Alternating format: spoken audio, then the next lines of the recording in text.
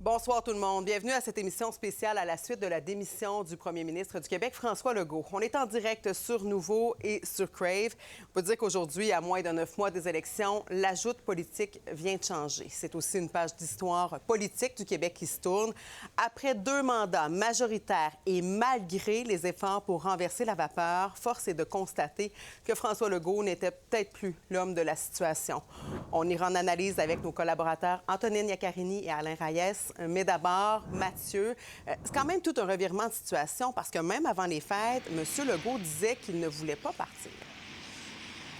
Bien, effectivement, on n'a plus les marches dans la neige qu'on avait. On se souvient qu'au début décembre, M. Legault avait pris une marche dans la neige et jurait dur comme fer qu'il allait rester en poste. Il faut croire que le temps des fêtes a porté un conseil différent parce que maintenant, il nous annonce qu'il s'en va. On ne sait pas exactement pourquoi. M. Legault n'a pas pris de questions des journalistes après son allocution ce matin. Mais on sait que même s'il a été réélu avec une très forte majorité en 2022, il choisit de ne pas affronter l'électorat au terme de son deuxième mandat. Depuis l'élection, il y a des dossiers qui ont fait très mal à la CAQ dans l'opinion publique, comme SADClick, Nordvolt, les Kings à Québec et le troisième lien. Les sondages sont catastrophiques. La CAQ est en 4e position des intentions de vote et il n'y a plus rien qui semble y changer quoi que ce soit. M. Legault admet qu'il n'a pas été parfait, mais il considère qu'il a quand même livré la marchandise sur la création de richesses. On l'écoute. Chaque jour, je me suis levé en me disant « je veux ce qu'il y a de mieux pour les Québécois ». J'ai pas toujours réussi. J'ai essayé très fort avec toute l'énergie que j'avais. On a eu beaucoup plus d'investissement des entreprises depuis 7 ans. Il y a eu quelques échecs, on en a beaucoup parlé, mais il y a eu surtout beaucoup de succès. Le revenu disponible après impôt et après inflation a plus augmenté depuis 7 ans au Québec que dans le reste du Canada. Mathieu, M. Legault a aussi senti le besoin de faire une mise en garde aux Québécois.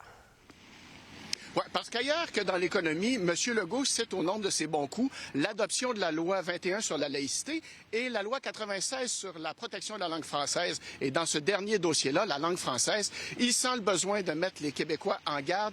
Il va falloir sortir de notre torpeur, nous dit-il. L'explosion du nombre d'immigrants temporaires par le gouvernement fédéral, malheureusement, a accéléré le déclin du français, en particulier à Montréal et à Laval. Les Québécois doivent être beaucoup plus vigilants pour l'avenir de leur nation, pour l'avenir du français. On n'a pas à être gêné de protéger notre langue, notre culture et nos valeurs. On va savoir dès demain ce qui va arriver pour la suite des choses. M. Legault reste le temps que la CAQ lui choisisse un successeur. Les règles devraient être discutées ce soir par visioconférence par les membres du conseil d'administration de la CAQ. En attendant, aujourd'hui, c'était très émotif dans l'entourage de M. Legault et même le premier ministre sortant au moment de remercier ses proches pour leur sacrifice. Isabelle a toujours été là pour m'épauler dans les moments plus difficiles. Merci, Isabelle. Merci aussi à mes 2 garçons. J'aurais voulu leur épargner ça parce qu'on les aime tellement, ces 2 petits gars. Mais ils sont peut-être plus forts à cause de ça.